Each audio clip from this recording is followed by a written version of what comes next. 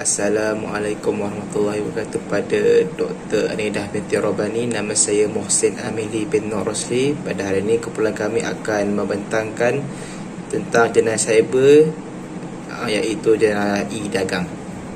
Untuk pengenalan, apakah itu jenayah cyber? Jenayah cyber merupakan jenayah komputer yang baharu pada abad ini. Jenayah cyber ini terdiri daripada unsur penipuan, kerosakan ataupun pengubah suaian program atau data komputer, pencurian maklumat, penggadaman dan lain-lain. Kemunculan internet sebagai alat komunikasi terkini menjanjikan satu wadah penyebaran maklumat yang memantapkan ilmu dan maklumat.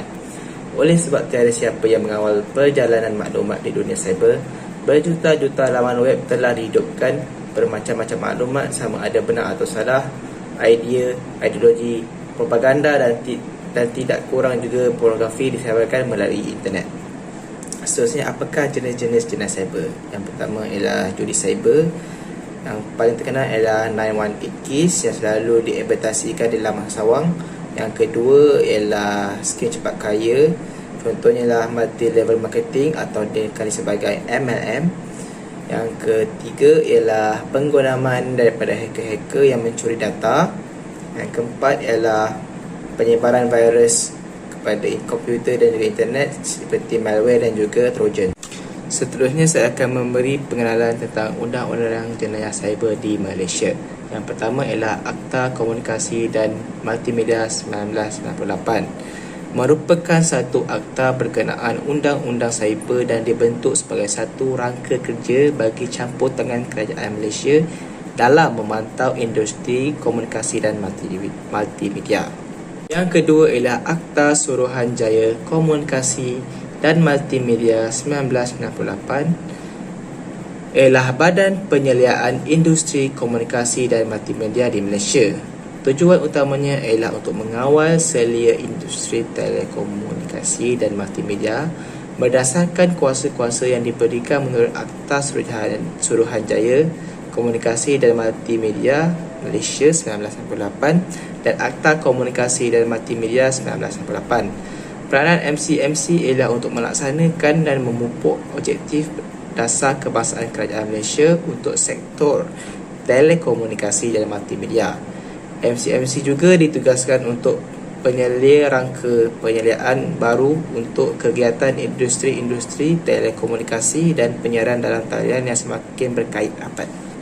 Yang ketiga dan terakhir ialah Akta Tandatangan Digital 1997, adalah akta yang dibuat untuk memberikan keyakinan dan menggalakkan orang awam melakukan transaksi elektronik yang selamat di peringkat tempatan dan juga antarabangsa.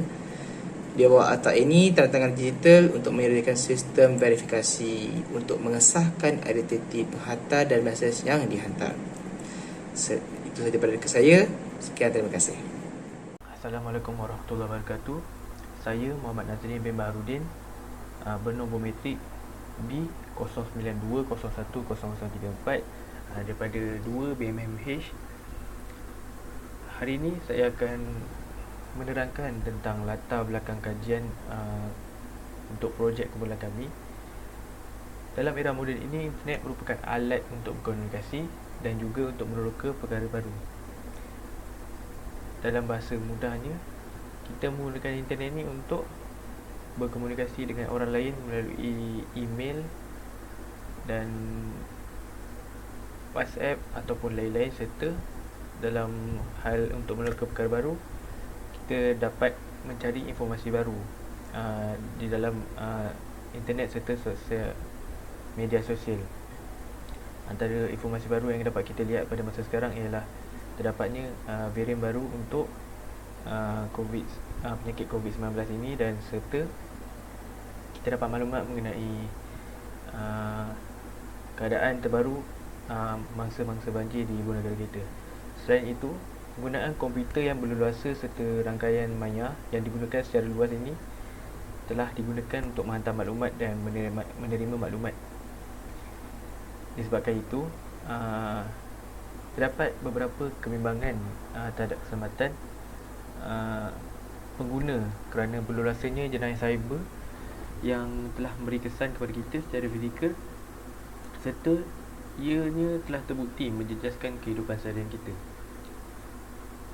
Selain itu, jenayah cyber ini memberi kesan kepada kita dengan menyebabkan kehilangan data pengguna, kehilangan identiti, dan pada masa yang sama memberi gangguan psikologi yang sangat teruk kepada pengguna yang seterusnya memusnahkan gaya hidup harian mereka, serta ia juga boleh memudaratkan pengguna, iaitu menyebabkan kematian. Data-data yang dicuri oleh suspek akan dijual dengan harga yang tinggi secara haram kepada pihak-pihak yang terlibat. Selain itu, kehilangan identiti juga merupakan perkara yang sangat penting untuk kita. Selain itu, jenayah ini juga telah menyerang pengguna tanpa mengira waktu dan tempat. Dan selain itu, ia juga tidak mengira sama ada anda mempunyai pangkat yang tinggi dalam satu institusi ataupun tidak. Oleh itu, permasalahan kajian kali ini tertumpu kepada penipuan ataupun kecurangan yang terlibat dalam e-dagang, iaitu perniagaan online serta lain-lain yang kita boleh berikan nama iaitu scamming and fraud. Sekian daripada saya. Terima kasih. Sekarang ini, saya akan memberi penerangan tentang penyataan masalah untuk topik ini. Sindiket penipuan e-dagang seperti Macau Scam dan skim cepat kaya masih lagi berleluasa di Malaysia. Walaupun isu berikut dibanteras oleh semua pihak. Generasi pasca moden, kes ini semakin bertambah kritikal mengikut statistik yang dipetik oleh polis pada tahun 2019 sahaja terdapat 28,508 kes penipuan ataupun scam yang melibatkan rakyat Malaysia kerana wujudnya akaun boneka domestik yang semakin meningkat yang membenarkan sindiket ini melakukan penipuan dalam talian. Sepanjang tempoh kawalan pergerakan PKP, sebanyak 1,582 kes Macau Scam, 1,001 kes Love Scam, 481 kes dan penipuan sistem pesanan ringkas 91 kes, termasuk pinjaman tidak wujud bermula dari tempoh 8 Mac 2020 sehingga 4 Ogos 2020 yang direkodkan dalam sistem Kementerian Dalam Negeri dan dari kumpulan aduan pengguna laman e-dagang sendiri. Masalah pertama ialah kekurangan pengetahuan tentang isu kes penipuan e-dagang. Kebanyakan mangsa juga tertipu hasil dari periklanan media sosial seperti Facebook dan lain-lain. Individu yang tidak peka dengan keadaan semasa lebih mudah tertipu. Rakyat Malaysia terdedah pada penipuan e-dagang berikutan peningkatan trend pembelian dalam talian. Secara tidak langsung boleh menjadi mangsa penipuan jika tidak berhati-hati ketika membuat urusan jual beli. Antara contoh kes penipuan adalah berkenaan skim rumah yang terlalu murah sehingga menarik minat ramai orang. Yang kedua ialah sikap ambil mudah dan mudah percaya mangsa dalam jenayah cyber. Lakonan kumpulan sindiket menunjukkan kuasa dengan menyamar sebagai pegawai dan anggota pihak berkuasa, menyebabkan mangsa panik dan menuruti sahaja kehendak si penipu dengan memindahkan wang ke akaun tertentu, lazimnya digelar akaun tumpang. Kumpulan sasaran mangsa mudah terjerat dengan umpan skamer atas beberapa sebab termasuk kuasa dan legitimasi yang jelas dipamerkan, daya tarikan produk, servis atau pulangan, beras ugut, desakan, tekanan, janji manis dan mempunyai perhubungan iaitu persaudaraan, persahabatan atau kenalan dengan penipu tersebut. Sifat naif pula menyebabkan mangsa tidak berupaya berfikir secara waras ketika berdepan dengan perbohongan kumpulan berkenaan. Selain itu, kajian juga menunjukkan mangsa juga mudah ditipu, mempunyai sifat keterbukaan, kawalan diri yang rendah, mencari jalan mudah atau pintar, dan mempunyai tahap pendidikan yang rendah. Yang ketiga ialah tiada atau kurang tindakan tegas dan cepat daripada pihak berkuasa. Kebanyakan kes penipuan berlaku hari ini biasanya akan viral terlebih dahulu di media sosial sebelum tindakan dari pihak berwajib diambil. Jika dapat dilihat, individu yang pernah melakukan penipuan juga tidak serik dan akan melakukan perkara yang sama berulang kali. Mungkin kerana mereka tersedar bahawa hukuman yang dikenakan adalah terlalu ringan. Jika tiada tindakan dari pihak berwajib, biasanya duit dari pelanggan juga tidak akan dapat dipulangkan semula. Selain itu, kebanyakan mangsa juga gagal membuat laporan dengan pihak berwajib kerana takut duit mereka tidak akan dipulangkan semula. Seterusnya, kita melihat objektif kajian. Apa tu objektif kajian? Objektif kajian menerangkan matlamat khusus yang mengandungi lebih daripada satu tujuan. Berdasarkan kajian kita perlu mengkaji definisi dan jenis-jenis jenayah cyber e-dagang. Kedua, kita perlu mengukur tahap pengetahuan dan kesedaran masyarakat terhadap jenayah cyber e-dagang. Ketiga, kita perlu mengenal pasti punca dan kesan jenayah cyber e-dagang. Keempat, kita perlu mencadangkan langkah atau kaedah untuk menangani jenayah cyber e-dagang. Ini termasuk soalan selidik dan sekretari tetap yang mengandungi jurnal, berita dan laporan. Assalamualaikum warahmatullahi wabarakatuh. Nama saya Ishak bin Muhammad Fuzilah. Saya akan membincangkan tentang skop kajian yang telah kami jalankan. Skop kajian kami ialah memfokus untuk mengenal pasti ciri-ciri dan bentuk jenayah e-dagang. Yang kedua ialah kesedaran masyarakat terhadap undang-undang e-cyber. Dan yang ketiga ialah membincangkan tentang langkah-langkah keselamatan dan pencegahan dari terjadi mangsa jenayah e-dagang. Skop kajian kami fokus kepada pelbagai peringkat umur, tidak kira muda, dewasa ataupun tua, selagi masyarakat itu berhubung kepada alam cyber. Itu sahaja daripada saya. Assalamualaikum. Salam sejahtera, nama saya Rushantan dari BMMH 1 Seksyen 2. Pada slide ini, kami akan membincangkan kepentingan kajian. Kepentingan kajian ialah apakah yang diperolehi daripada penyelidikan ataupun kajian yang kami lakukan dan apakah impak yang akan kami terima dan diberikan kepada rakyat. Okey. Dalam kajian ini tentang jenayah cyber, kami akan mendalami keburukan jenayah e-dagang yang membebankan masyarakat dan mengetahui bagaimanakah jenayah cyber ini mempengaruhi masyarakat dan negara. Selain itu, kami juga ingin mendidik masyarakat mengenai bahaya jenayah cyber, khususnya mengenai jenayah e-dagang yang memberi kerugian yang besar kepada masyarakat. Selain itu, kami juga ingin mendidik mereka mengenai undang-undang cyber dan cara untuk menjaga keselamatan diri di dunia cyber. Ini untuk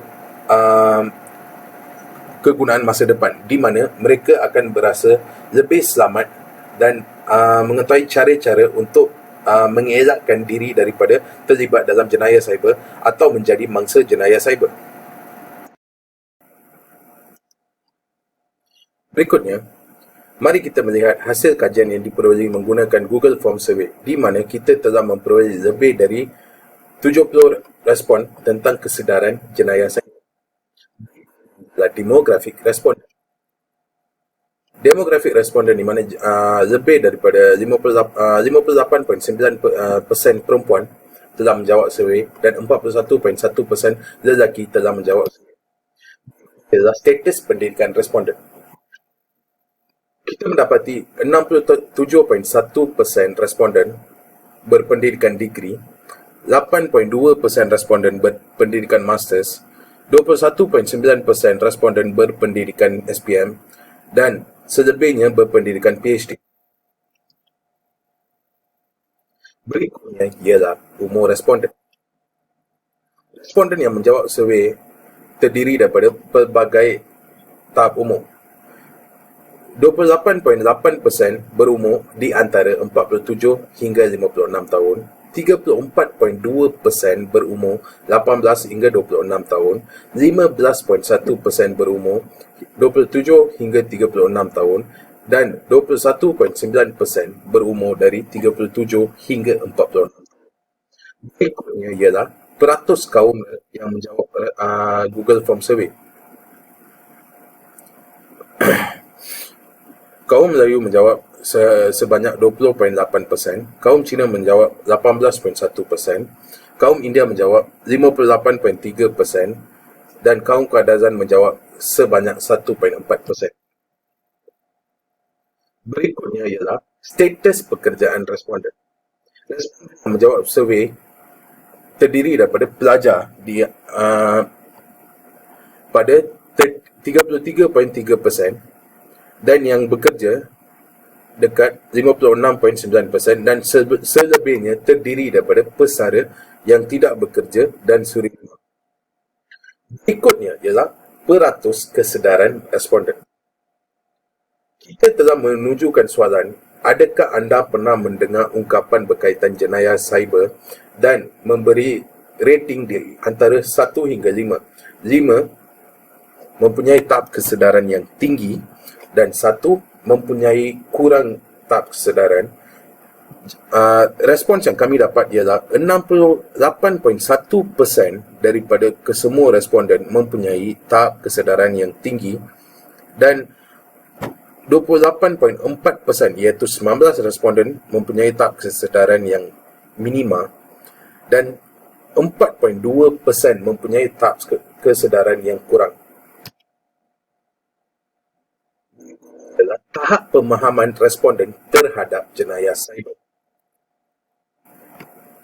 Kita bertanya, apakah jenis jenayah cyber yang anda ketahui? 45.2% mengetahui kecurian maklumat, 46.6% mengetahui penipuan cyber, selebihnya mengetahui pengintipan dan stalker. Soalan seterusnya ialah kesedaran terhadap undang-undang cyber.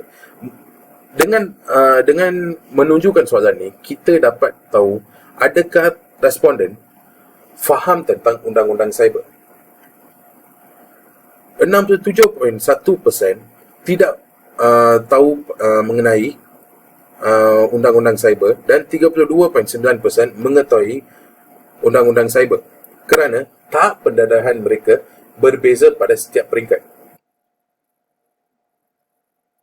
Berikutnya, kami menanyakan peratusan pendapat tentang pendidikan cyber. Wajarkah pendidikan tentang pencegahan jenayah cyber ini diperkenalkan sejak dari awal lagi kepada rakyat Malaysia? Dan lebih daripada 98.6% responden menjawab ya. Dan kita dapat merumuskan bahawa ramai yang bersama pendapat bahawa pendidikan tentang pencegahan jenayah cyber ini harus dimulakan dari tahap persekolahan ataupun tahap sekolah rendah. So, semakin mereka naik ke sekolah menengah dan ke IPTA ataupun IPTS, mereka akan mengetahui dengan lebih mendalam tentang jenayah cyber dan cara untuk mencegah jenayah cyber, dan mereka akan berasa lebih selamat di alam cyber. Seterusnya, ratusan pendapat tentang jenayah cyber. Pada pandangan anda, golongan manakah yang selalu menjadi mangsa jenayah cyber ataupun e-dagang? 42.5% menyatakan bahawa warga emas menjadi mangsa jenayah cyber, 38.4% dewasa menjadi mangsa jenayah cyber dan 19.2% remaja yang menjadi mangsa jenayah cyber. Kesedaran keselamatan di alam cyber. Apakah tahap kesedaran anda tentang keselamatan di alam cyber?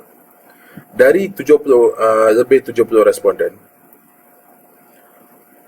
rating 1 di mana tidak kurang ataupun tidak mempunyai kesedaran di alam cyber, dan rating 5 mempunyai tak kesedaran yang tinggi di alam cyber. 21.9% mempunyai tak kesedaran yang tinggi. 45.2% dari kesemua responden mempunyai tak kesedaran yang medium ataupun minima. 28.8% mempunyai tak kesedaran yang basic di alam cyber. 2.7% hingga 1.4% tidak mempunyai kesedaran di alam cyber, dan mereka menjadi mangsa di alam maya. Langkah pencegahan jenayah cyber di alam maya. Langkah baik untuk seseorang individu yang perlu diambil menjaga keselamatan di ruang maya. 23.3% berpendapat bahawa jangan menggunakan laman web yang mencurigakan. 9.6% berpendapat bahawa menghubungkan akaun peribadi dengan verifikasi email ataupun nombor telefon. Ini boleh dibuat dengan two-factor authentication, di mana jikalau kita hendak memverifikasikan email ataupun menggunakan email, suatu notification akan diterima di handset.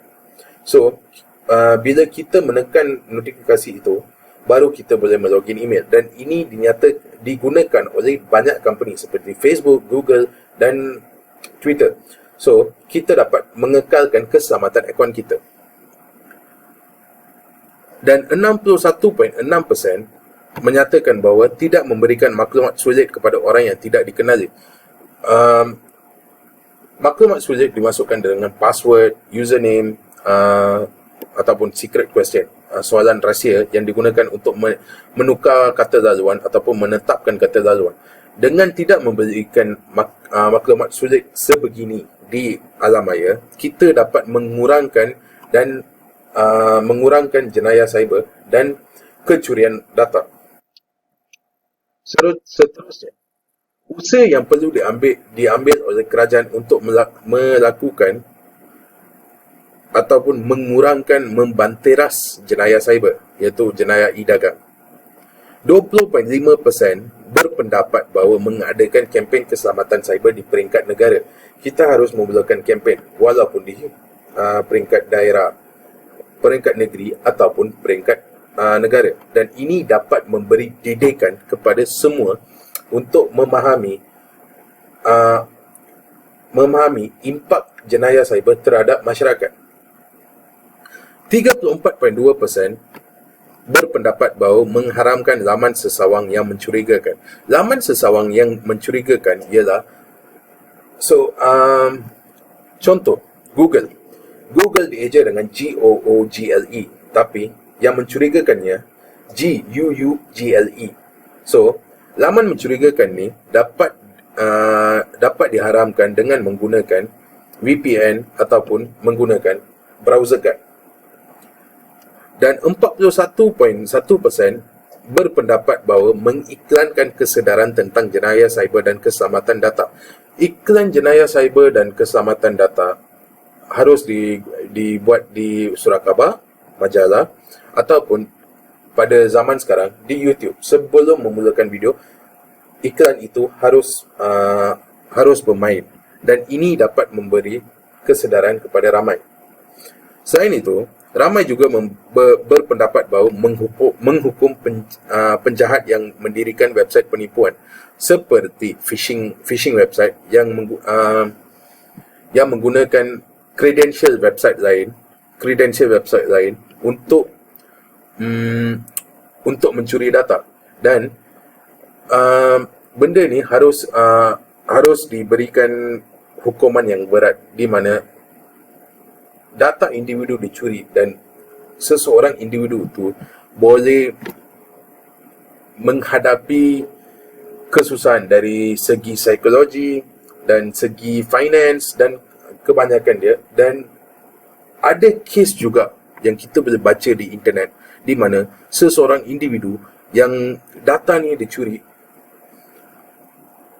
membunuh diri disebabkan stres dan depresi yang dihadapi oleh beliau. Selain itu, kita juga meningkatkan firewall untuk internet. Firewall di internet, kita memakai peranti seperti laptop ataupun komputer dan phone, smartphone juga. Peranti sebegini ada firewall yang built-in, tapi firewall yang built-in boleh dia hanya memberikan one layer of protection.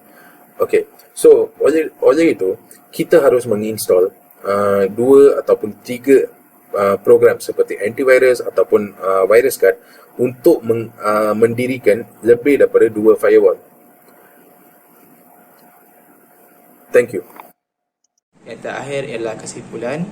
Kesimpulannya, teknologi pada masa kini semakin canggih, tetapi pada masa yang sama terdapat juga kekurangan, iaitu jenayah cyber yang semakin canggih. Kebanyakan penjenayah cyber tidak dapat ditangkap kerana sukar dikesan. Oleh itu, kita hendaklah berwaspada pada setiap masa. Sediakan payung sebelum hujan. Kita hendaklah melindungi sistem komputer kita dengan perisian dan berhati-hati semasa menggunakan rangkaian internet.